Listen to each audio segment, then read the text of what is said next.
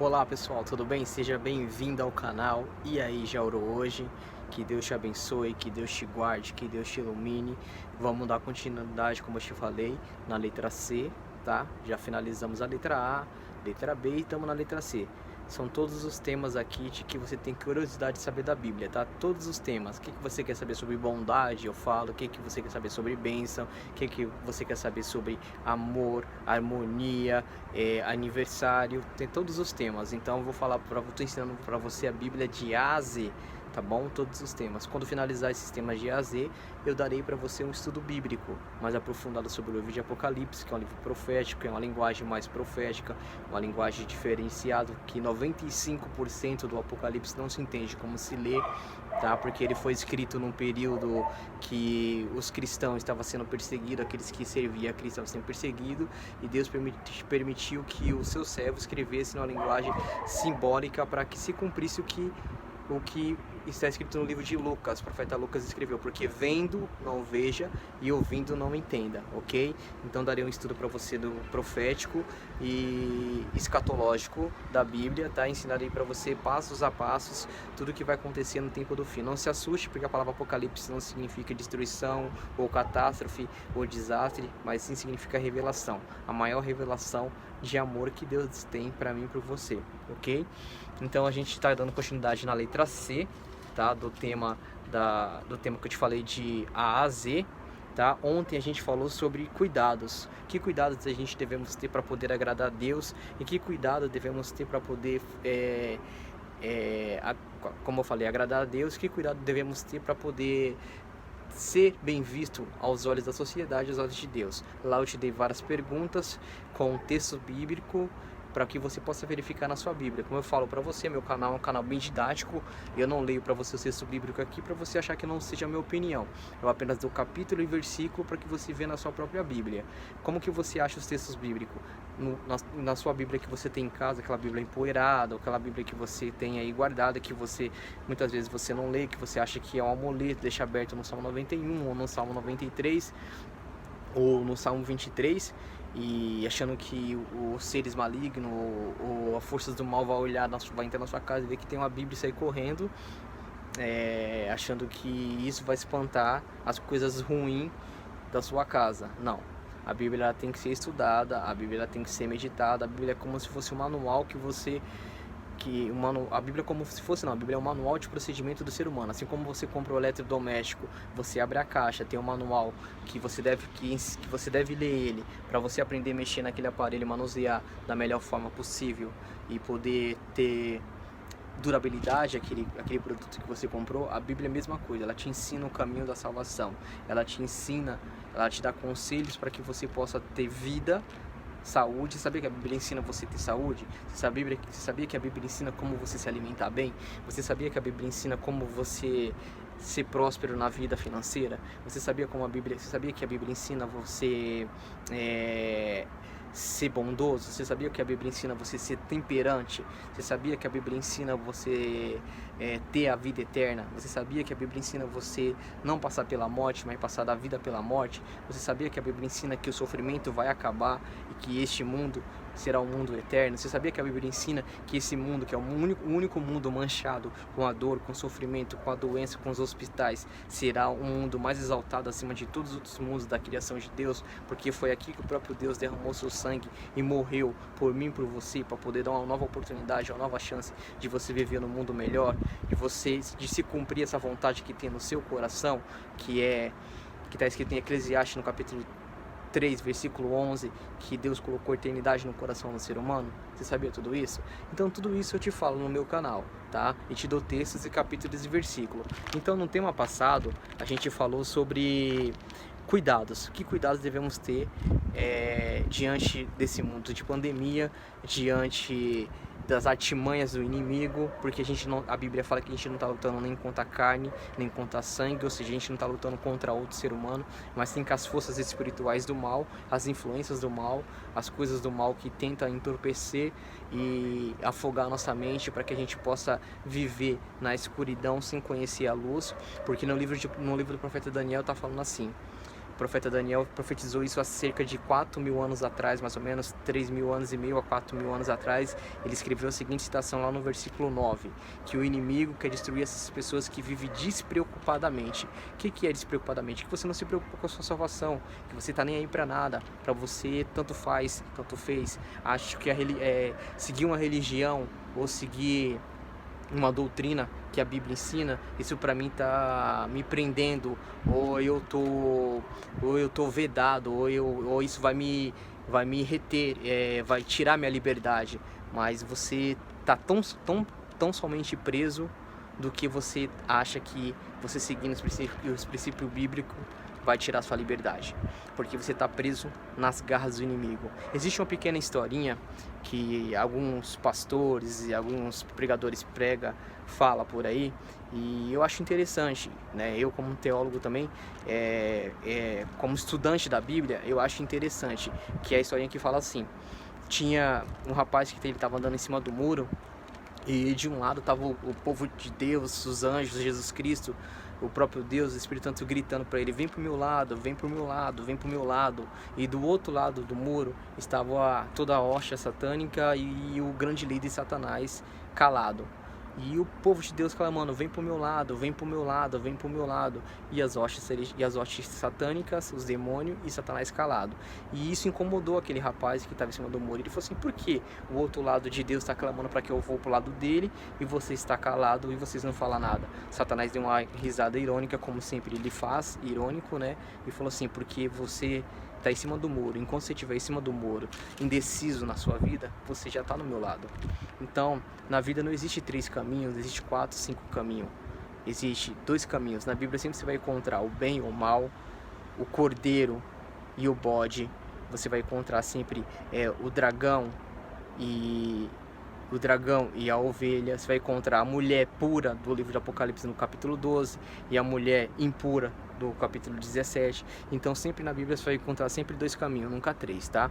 E quando Cristo voltar vai ter apenas 2 grupos de pessoas: aqueles que aceitaram e seguiram os seus princípios, seguiram o seu exemplo, e aqueles que rejeitaram e irão pagar pelas suas próprias escolhas. Não que Deus é mau, que Deus é tirano, que Deus vai punir essas pessoas, só que Deus vai retribuir essas pessoas de acordo com a sua escolha, porque você foi criado, dotado, como todos os seres que Ele criou no universo, no mundo e até os anjos, com o livre-arbítrio. A única coisa que Deus não interfere na sua vida é o livre-arbítrio, decisão de escolha. Então você mesmo se escolhe, você mesmo escolhe se salvar ou se perder.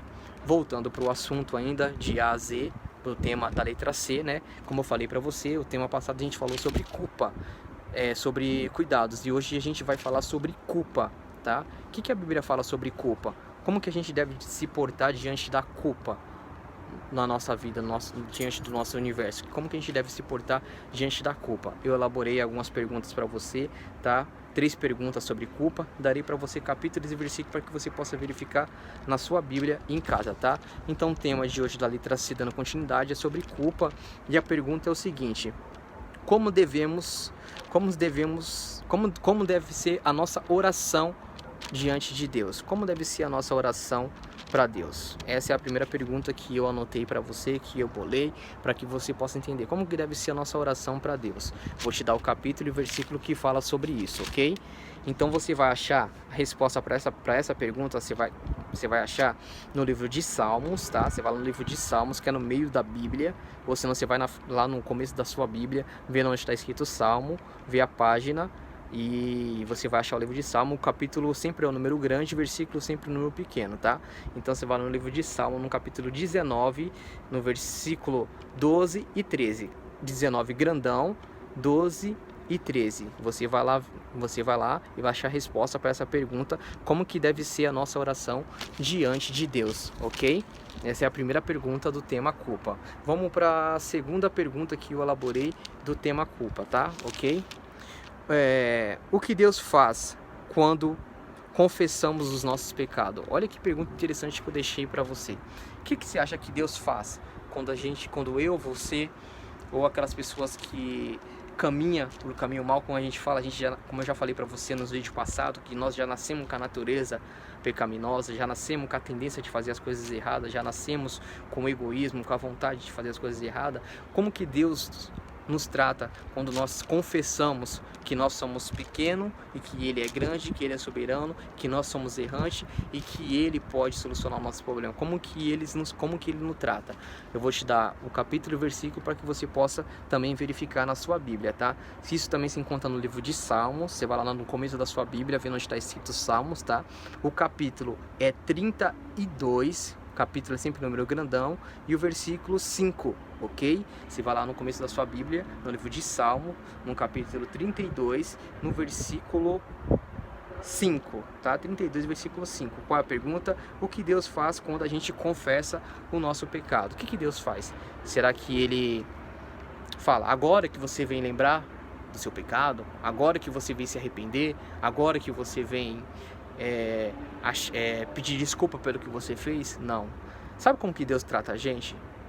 Deus trata a gente como se fosse um GPS. Você já usou um GPS de um carro ou um GPS no celular? Quando você traça um caminho e você acha que aquele caminho é certo, você acha que você conhece aquele caminho e você começa a seguir aquele caminho que você acha que é certo e você começa a ir e ignora o GPS. O GPS, o que ele faz com você? Ele grita com você: "Pô, você é burro, você é idiota, você é palhaço, eu tô te dando um caminho, você tá fazendo outro, eu tô falando pra você ir pra esquerda, você tá indo pra direita." O GPS faz isso com você? Não. Sabe o que o GPS fala pra você? Estou recalculando o seu caminho. Estou recalculando a sua rota. Exatamente o que Deus faz quando você traça um caminho pela sua própria escolha, pela sua própria vontade, pelo seu livre-arbítrio. E quando você se volta para Ele, e quando você vai nesse caminho errado, Ele fala: "Filho, não se preocupe, eu estou recalculando o seu caminho e vou fazer você voltar para os meus braços." Porque, querendo ou não, não importa a distância que você está, não importa o pecado que você cometeu, não importa tão longe que você foi no erro da sua vida, Deus, Ele vai sempre te alcançar. Ele vai sempre te alcançar e vai sempre querer o melhor para você, porque Ele é seu Deus, Ele é o seu Criador e Ele é o seu Pai. Por isso que Ele é o único considerado como Pai. A Bíblia fala que o amor de Deus é o único amor comparado com o amor de mãe. Se uma mãe ama seu filho ao ponto de dar a sua própria vida, que é pecadora também, que também é errante e cuida do seu filho, que dirá Deus, que é cheio de amor? Deus, Ele não tem amor, Ele é amor. A essência de Deus, Ele é o amor, Ele não tem o amor, tá? Então vamos para outra pergunta aqui, que é a última pergunta do tema culpa, ok? Vou ler para você a última pergunta do tema culpa da letra C, que fala assim: quantas pessoas são culpadas pelos pecados? Olha que pergunta interessante que eu deixei para você. Quantas pessoas você acha que é culpada pelo pecado, pelo erro, pelo pecado, pela contaminação do pecado que entrou nesse mundo, que foi vendido pelos nossos primeiros pais, Adão e Eva, que vendeu para aquele ser que se revelou contra Deus, que fala assim: "Eu elevarei o meu coração acima das estrelas de Deus, exaltarei o meu trono e serei semelhante ao Altíssimo", conforme está escrito no livro de Isaías, no capítulo 4, ele fala isso, que Isaías descreve o desejo de Satanás querer ser mais que Deus. Então, quantos pecaram? Como que Deus trata? A pergunta é o seguinte: como podemos retribuir o cuidado? Não, perdão, não é essa pergunta, a pergunta passada, perdão, tá? A pergunta é: quantas pessoas são culpadas pelos seus pecados? Quantas pessoas são culpadas pelos seus pecados? Essa é a pergunta. Quantas pessoas são culpadas pelos seus pecados? Essa é a pergunta que eu deixei para você. Quantas pessoas você acha que é culpada pelo seu pecado? Vou te dar o capítulo e o versículo para você verificar na sua Bíblia, ok? Então, o capítulo e o versículo para essa resposta você vai encontrar no livro de Romanos, tá? Romanos, você vai lá no índice da sua Bíblia, fecha a sua Bíblia. A Bíblia, como eu te falei, a Bíblia é uma palavra grega dividida, traduzida para português, que significa biblioteca, conjunto de vários livros, tá? Então, no livro de Romanos ele se encontra no Novo Testamento. A Bíblia é dividida entre Novo e Velho Testamento. Quando fala Novo e Velho Testamento, não é porque é velho que deixou de existir ou deixou de ter vigor. Velho é que narra a história do mundo, da criação do mundo, antes de Jesus Cristo, Deus em carne humana, vir aqui nessa terra. E o Novo Testamento narra a vida de Jesus Cristo, que veio para morrer por mim, por você, para pagar o preço do pecado de uma lei de Deus, que é o caráter de Deus, que é uma lei imutável, ok? Uma lei que não tem como ser mudada. Por isso que Jesus morreu, pagou o preço do pecado, porque a Bíblia fala que o salário do pecado é a morte, e essa lei só poderia ser pago pela morte. Então, se eu e você estamos vivos, porque alguém já pagou o preço dessa morte, que é Jesus Cristo. Jesus Cristo pagou o preço. A mesma coisa de uma pessoa estar te dando um cheque predatado. O que é um cheque predatado? Um cheque é uma folha de papel que ele não tem valor nenhum se você não for no banco sacar. A mesma coisa da salvação. Cristo te concedeu a salvação, mas ela só tem valor se você preservar essa salvação, orando, aceitando Ele todo dia e seguindo o exemplo dele, caminhando nos caminhos dele, fazendo a vontade dele, ok? Tá bom? É isso que é continuar a ser salvo. Ser salvo é muito fácil. Aceitou Jesus, como eu sempre falei no vídeo passado, aceitou Jesus, você está salvo. Preservar a salvação que é difícil, que é seguir o seu exemplo, fazer a sua vontade. Então, repetindo a pergunta aqui para você, né, que é do tema culpa, fala assim: quantas pessoas são culpadas ou pecadoras? Quantas pessoas são culpadas ou pecadoras você acha? Você vai lá no livro de Romanos, no livro de Romanos, no capítulo 3, no versículo 9 ao 12. Romanos, no capítulo 3, de 9 ao 12, tá bom? Esse foi o tema culpa, tá? Da letra C. Amanhã a gente vai dar continuidade ainda na letra C. A gente vai falar sobre culto falsos. Será que existe culto a Deus que são falsos? Amanhã eu falarei para você algumas perguntas e passarei para você capítulos e versículos o que é culto falso, tá bom?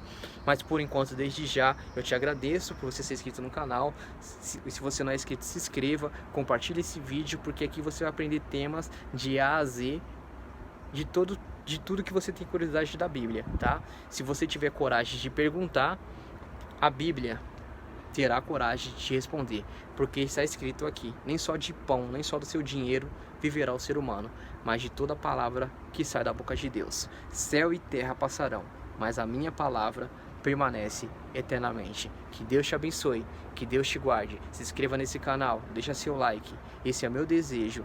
Que Deus te ilumine, que Deus te guarde, que Deus te proteja. Assim seja, em nome de Jesus Cristo. Amém.